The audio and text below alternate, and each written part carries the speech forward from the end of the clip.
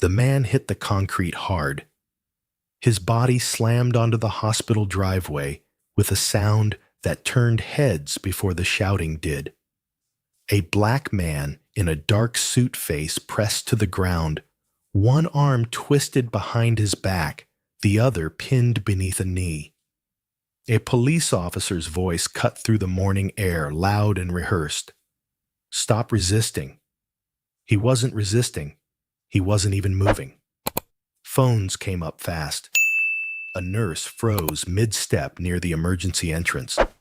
A middle-aged man in a windbreaker stopped pushing his wife's wheelchair.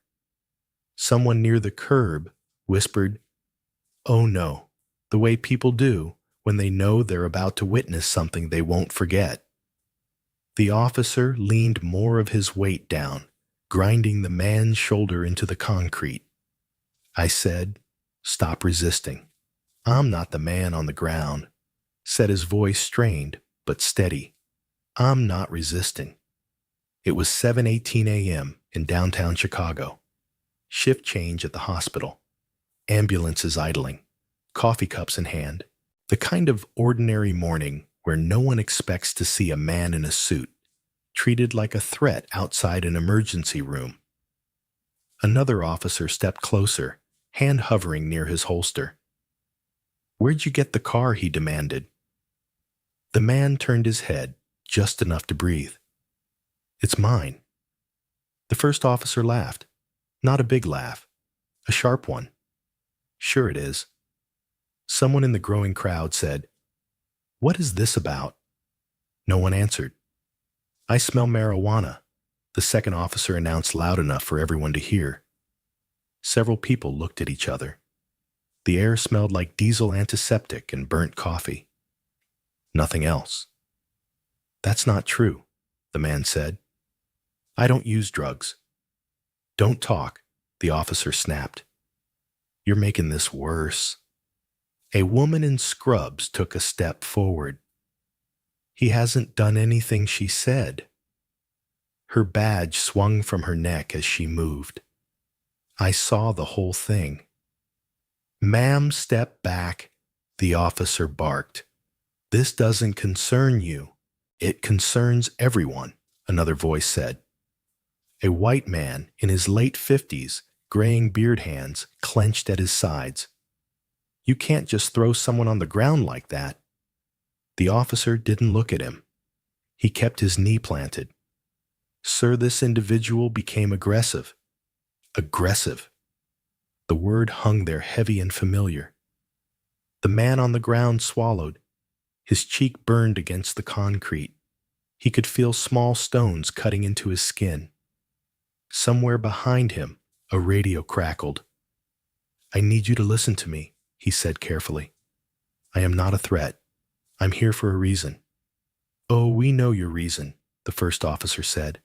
"Loitering, trespassing, acting suspicious. I was walking into the hospital. At 7 in the morning, the officer said. Dressed like that." The man closed his eyes for a moment. When he opened them, his gaze met the crowd, not pleading, just aware. A teenager filming whispered, "This is crazy." The second officer leaned down close enough that the crowd could hear him. "You want to make this easy or hard? I want you to take your knee off my back," the man said. "That's all."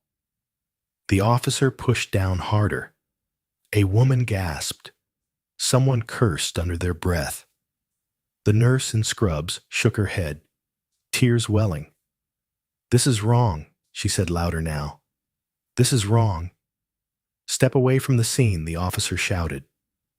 The man on the ground spoke again, slower this time. "You're being recorded. Everyone here is recording." "That won't help you," the first officer said. "Cameras don't change facts." A third officer arrived, younger than the others. He stopped short when he saw the man on the ground. His eyes flicked to the phones, then to the knee pressed into the man's back. "Do we have probable cause?" he asked quietly. The first officer shot him a look. "We have enough." The younger officer hesitated. Just for a second. It was enough for the crowd to notice. "Officer," the man on the ground said, his voice tight but controlled. "Please, I'm asking you as a professional. This isn't necessary." The first officer sneered. "Now you're a professional." The man didn't respond. His breathing was shallow now. The nurse knelt instinctively, then stopped afraid. "What's your name?" someone in the crowd asked. The man answered without looking up. "Marcus." "Marcus?" what the officer demanded. Marcus didn't answer right away. Not because he was afraid, because he was choosing his words.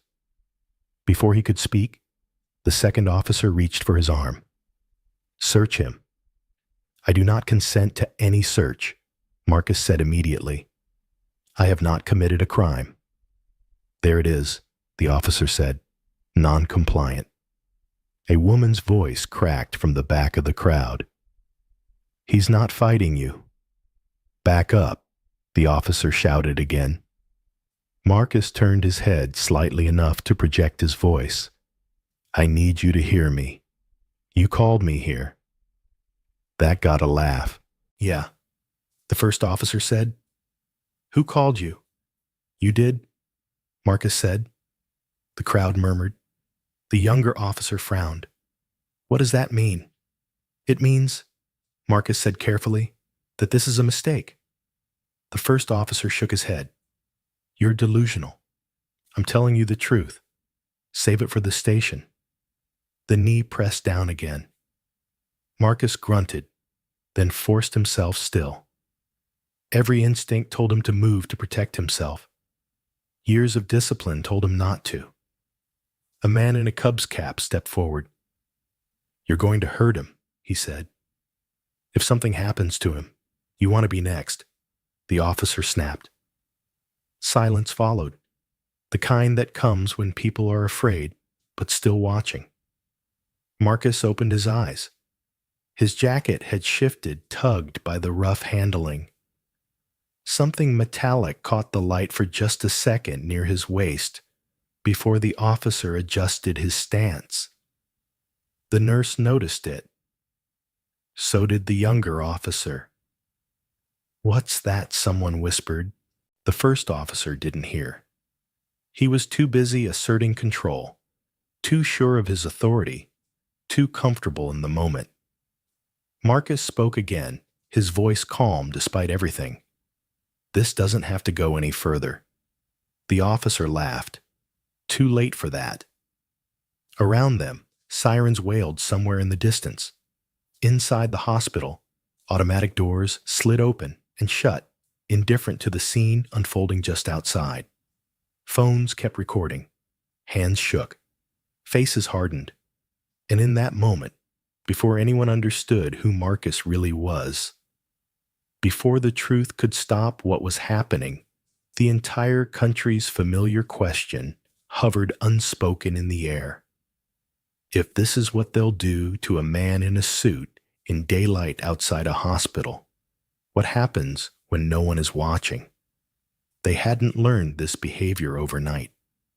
What unfolded outside the hospital that morning was not the result of a bad day, or stress, or a single poor decision.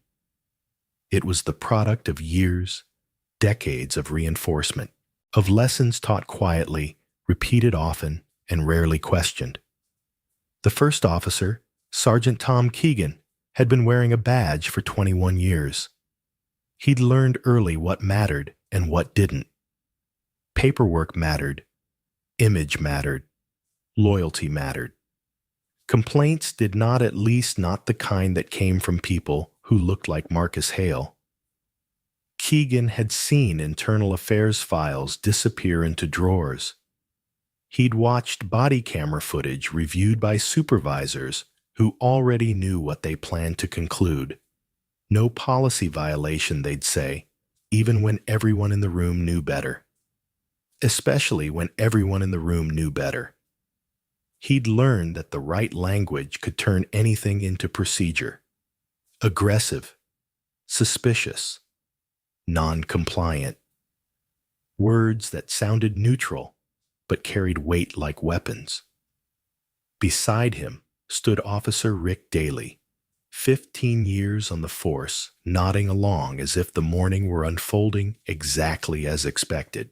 Daly had grown up believing police were the thin blue line holding chaos back. He believed that deeply, and that belief had hardened into something else over time. Anyone who challenged him wasn't just questioning his actions. They were questioning his identity. Behind them, Officer Evan Brooks shifted his weight. 26 years old, barely 2 years out of the academy. He joined the department after college because he wanted to make a difference. That phrase had been repeated so many times during recruitment, it felt hollow now. Brooks had been taught the rules. He'd memorized them. Probable cause. Use of force continuum. Constitutional rights. In training, those things had seemed clear. In real life, they blurred fast. He looked at Marcus on the ground and saw something that didn't match the story being told. A man in control of himself. A voice that didn't crack. Eyes that weren't darting. Brooks noticed those things because he'd been taught to look for danger, and this didn't look like danger. But Brooks also noticed Keegan's posture. Confident, unconcerned. A man who knew how this usually ended. Brooks had seen it before. A complaint filed, a union rep present, a report adjusted, the department closing ranks. No one outright saying we can get away with this. They didn't need to. The system said it for them. Across the street, watching from the curb, people were doing their own calculations. A middle-aged woman clutched her purse tighter than necessary. She'd grown up trusting police without question. Her father had been an officer in the suburbs. She wanted to believe there was a reason for what she was seeing. She searched for anyone that would make it make sense. A man with salt and pepper hair folded his arms and stared hard. He'd served in the Marines. He believed in authority and order, but he also believed in restraint. This didn't look like restraint. Inside the hospital, a nurse named Lila Chen watched through the glass doors. She worked trauma. She knew what unnecessary force did to a body. She also knew what it did to a mind. She had treated patients who never trusted anyone in uniform again. "This is how it starts," she said quietly to a colleague. "And this is how it usually ends." Back outside, Keegan adjusted his stance slightly, never lifting his knee. Control was the point. Public control. He wanted witnesses. He wanted the message to land. Marcus felt the weight and understood the message clearly. He had seen it from the other side. He knew how easily a situation could be written into a report that bore little resemblance to reality. He chose every word with care. Not because he was afraid, but because he understood the rules of the game better than most people watching. "You don't have to do this," he said again. Keegan shook his head. "You people always say that." The phrase slipped out without thought. Daly didn't react. Brooks did. His jaw tightened. Brooks had grown up in a small town where everyone knew everyone. He'd joined the force believing accountability was part of the job. He hadn't yet learned how inconvenient accountability could be. He leaned closer to Keegan. "Sarge," he said under his breath, "we should slow this down."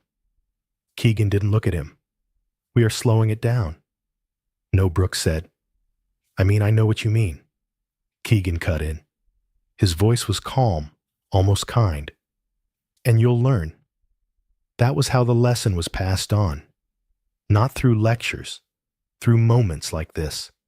Moments where nothing happened afterward.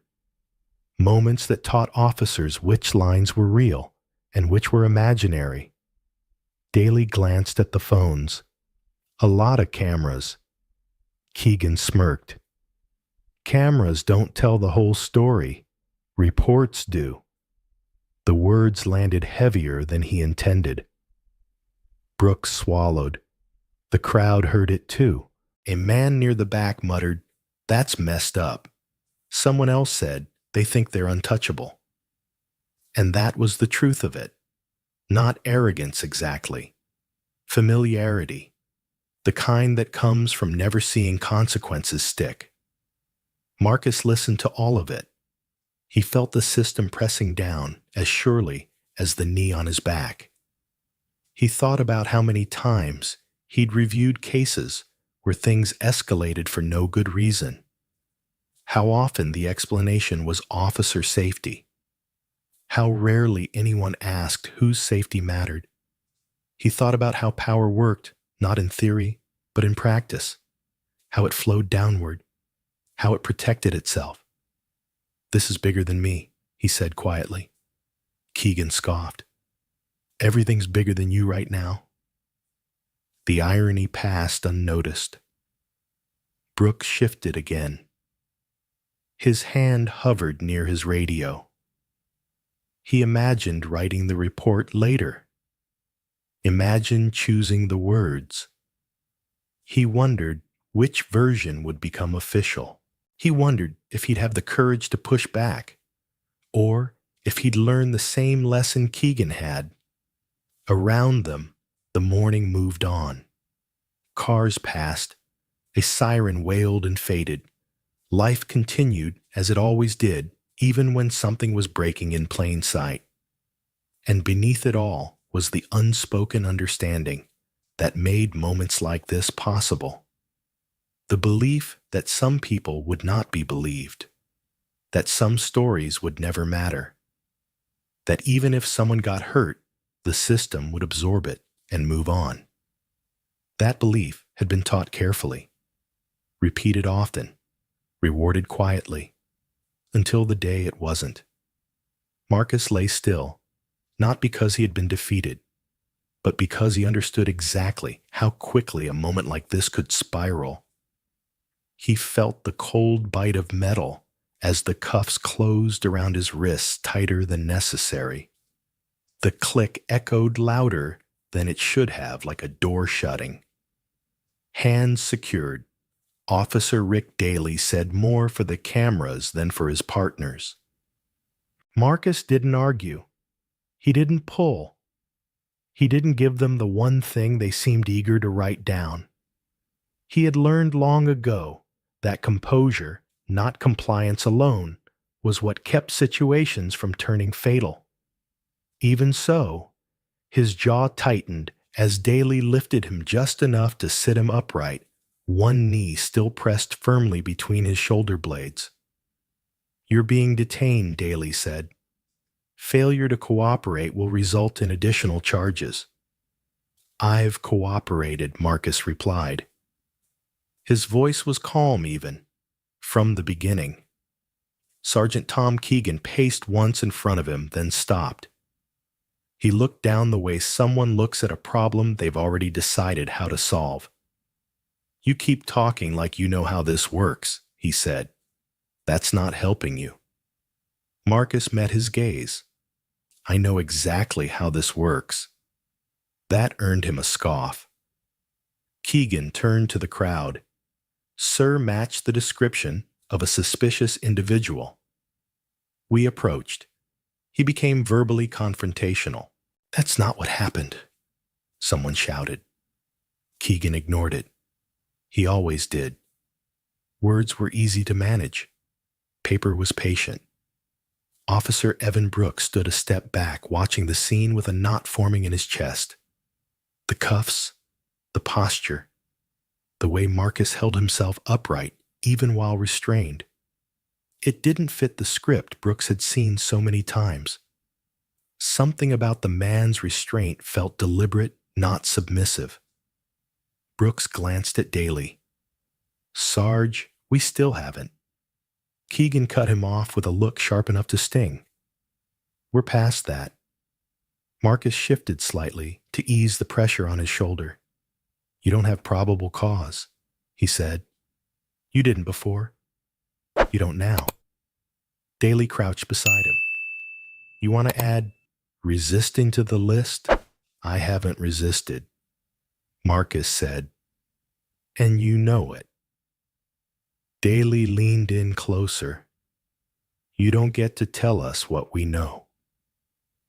Across the driveway, Lila Chen felt her stomach twist.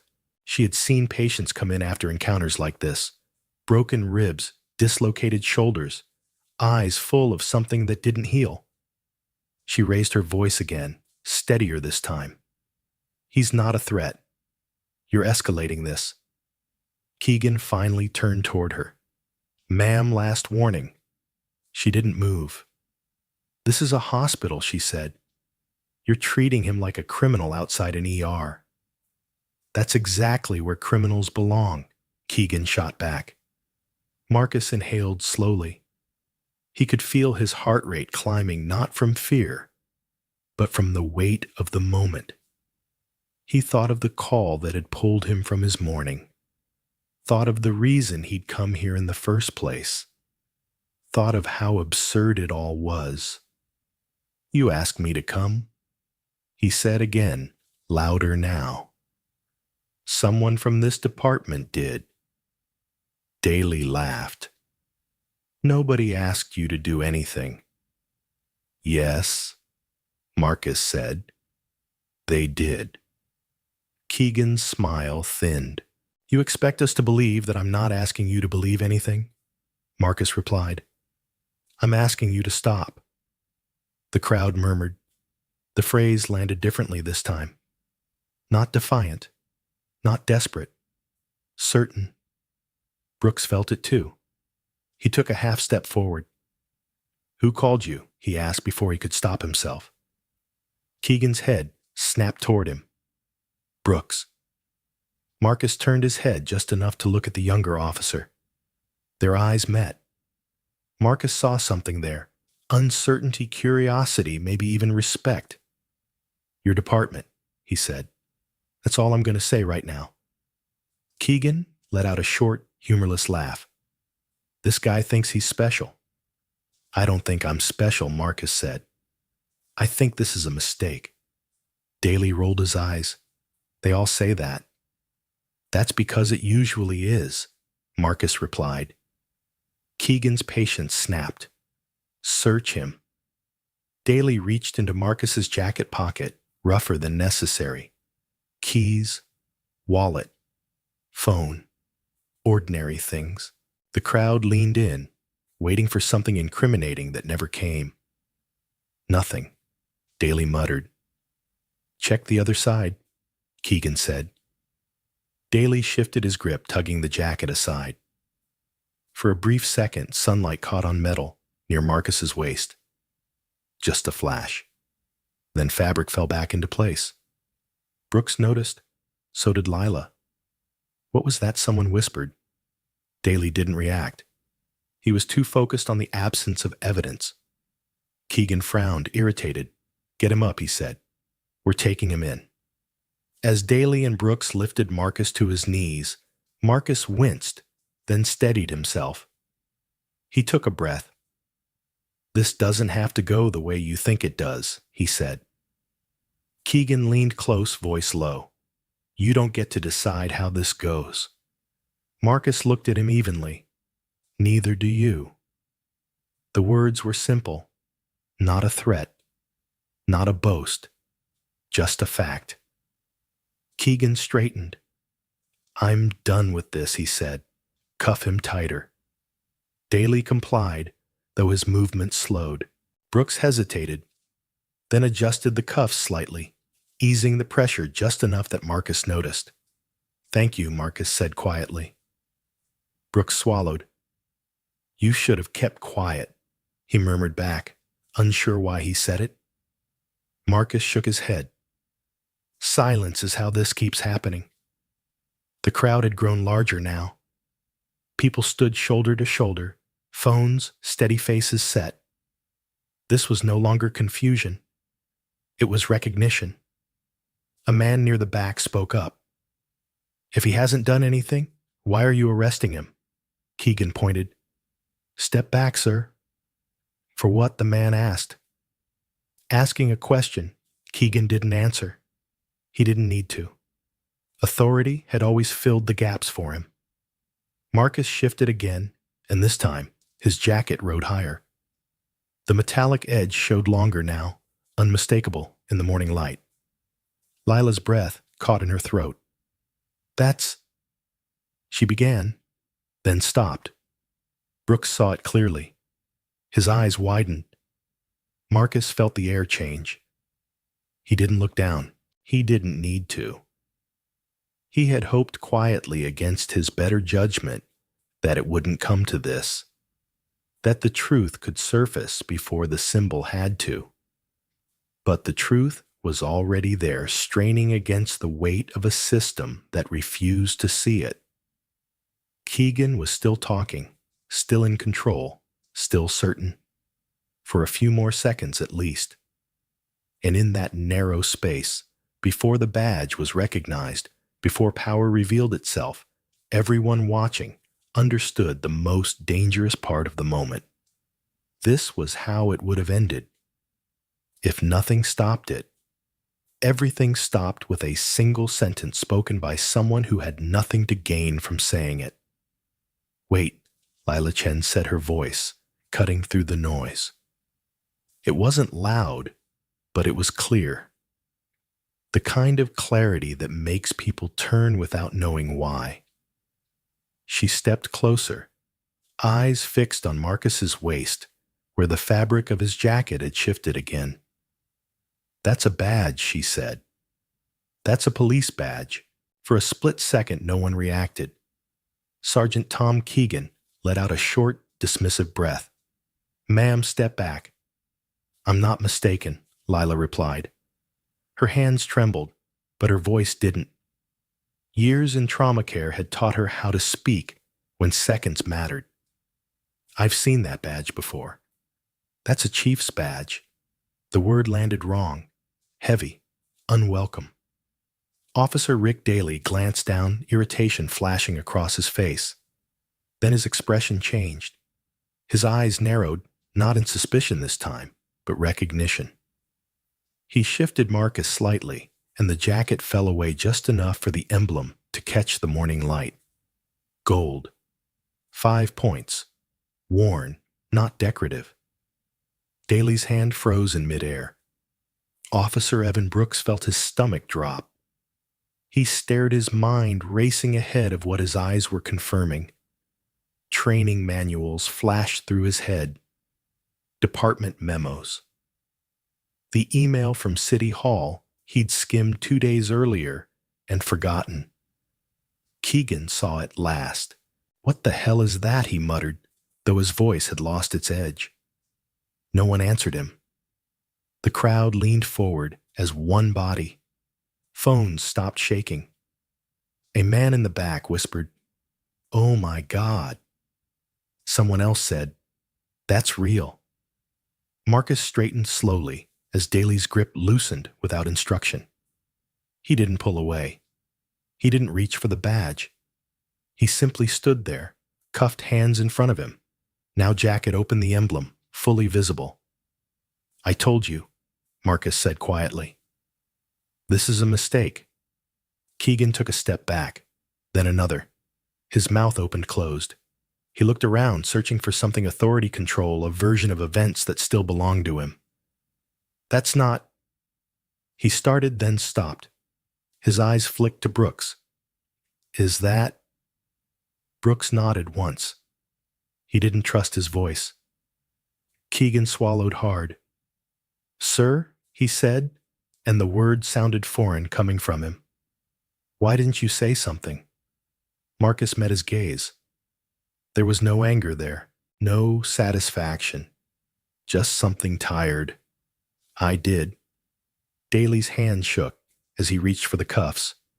I didn't know he said more to himself than anyone else. I swear I didn't know. You didn't ask, Marcus replied. The radio at Keegan's shoulder crackled. No one touched it. The sound seemed intrusive now, like a phone ringing at a funeral. Chief Brooks said, finally finding his voice. You're Chief Marcus Hale? Marcus nodded once. Yes. Keegan's face drained of color. He looked at the badge again, as if hoping it might disappear. This can be cleared up, he said quickly. We can stop, Marcus said. The word wasn't loud. It didn't need to be. Keegan stopped. Marcus turned slightly, taking in the crowd, the cameras, the hospital entrance behind them. He spoke with the same measured calm he'd used since the beginning. But now, every word carried weight. Remove the cuffs. Daly hesitated for half a second, then complied. The metal fell away, with a soft clink that sounded far too loud in the sudden quiet. Marcus rolled his wrists, once, feeling the ache. He adjusted his jacket not to hide the badge, but to settle it properly where it belonged. Keegan stood rigid, hands useless at his sides. Chief IU put your knee on my back, Marcus said, outside a hospital, in front of witnesses, without cause. Keegan nodded rapidly. Yes, sir. I understand. I'm sorry. This won't happen again. Marcus looked at him, then really looked at him. That's not the point. The crowd watched, barely breathing. This didn't stop because you realized I was innocent, Marcus continued. It stopped because you realized who I am. No one argued. Brooks felt a flush of shame rise in his chest. He thought of how close this had come to going further, how easily it could have. He thought of how many times it probably had. Keegan cleared his throat. What would you like us to do? Sir Marcus didn't answer right away. He took a slow breath, grounding himself. The morning had changed. He could feel it. Step back, he said finally. All of you. They did. Secure your radios, Marcus said. Call a supervisor. Now. Keegan reached for his radio with stiff fingers. His voice cracked as he spoke into it, words stumbling over one another. The crowd erupted in murmurs, disbelief rippling outward. Someone laughed softly, not out of humor, but shock. A woman wiped her eyes. A man shook his head again and again. That was about to be bad, someone whispered. Lila exhaled, her knees weak. She leaned against the wall, one hand over her mouth. She met Marcus's eyes, and he gave her a small nod. Gratitude, recognition. Sirens approached in the distance, closer this time. Marcus turned back to Keegan. You're relieved, he said. Effective immediately. Keegan nodded, swallowing. Yes, sir. Daly stared at the ground. Brooks stood straight, unsure whether to feel relieved or sick. Marcus looked at Brooks. You spoke up, he said. You hesitated. Brooks swallowed. I should have done more. Maybe Marcus said. But you noticed. The moment stretched heavy with everything that had almost happened. Marcus stepped back, creating space where there had been none. The cameras kept rolling. The truth no longer needed to hide. And in that space where authority had failed and then been exposed, everyone present understood something all too clearly. Nothing had stopped because it was wrong. It stopped because power had finally shown its face. Power didn't roar that morning. It didn't threaten or demand. It stood quietly in the open and forced everyone to look at what they had almost done. By the time the supervisors arrived, the scene outside the hospital had changed completely. The crowd hadn't dispersed. If anything, it had grown. People stood with their phones lowered, now not recording chaos, but witnessing accountability. The air felt different, heavier, but clearer. Marcus Hale spoke little while the initial reports were taken. He answered questions when required, correcting facts with precision, never raising his voice. Every word he chose carried intention, not because he wanted revenge, but because he understood what moments like this could become if mishandled. Sergeant Tom Keegan stood off to the side, shoulders slumped, eyes avoiding the cameras.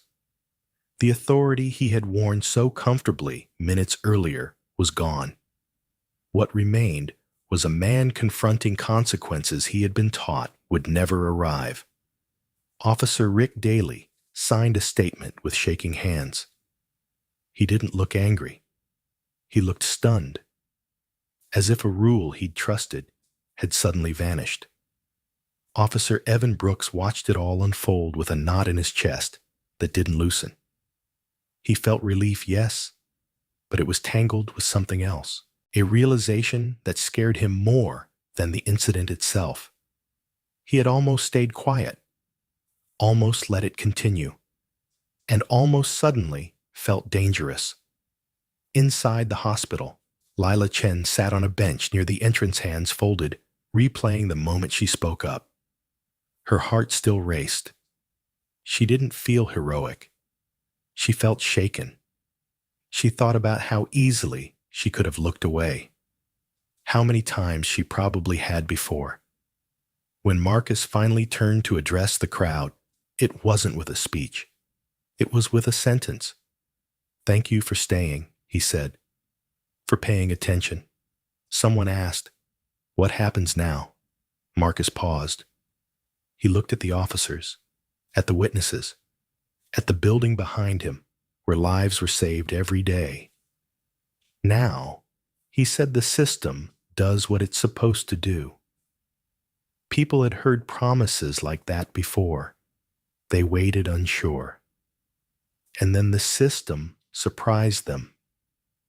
By noon, Internal Affairs had opened a formal investigation.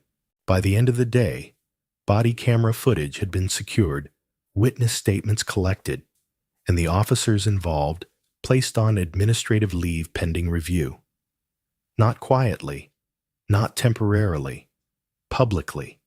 Marcus insisted on it. "This doesn't get handled in the dark," he told city officials later that afternoon. If the public saw the harm, they deserved to see the response. The mayor agreed, not out of pressure, but because the truth was impossible to ignore. The footage was already spreading. The story was already moving faster than spin ever could. But Marcus knew consequences alone weren't enough. 2 days later, he stood in front of a room filled with command staff, union representatives, and city leaders. The atmosphere was tense, defensive.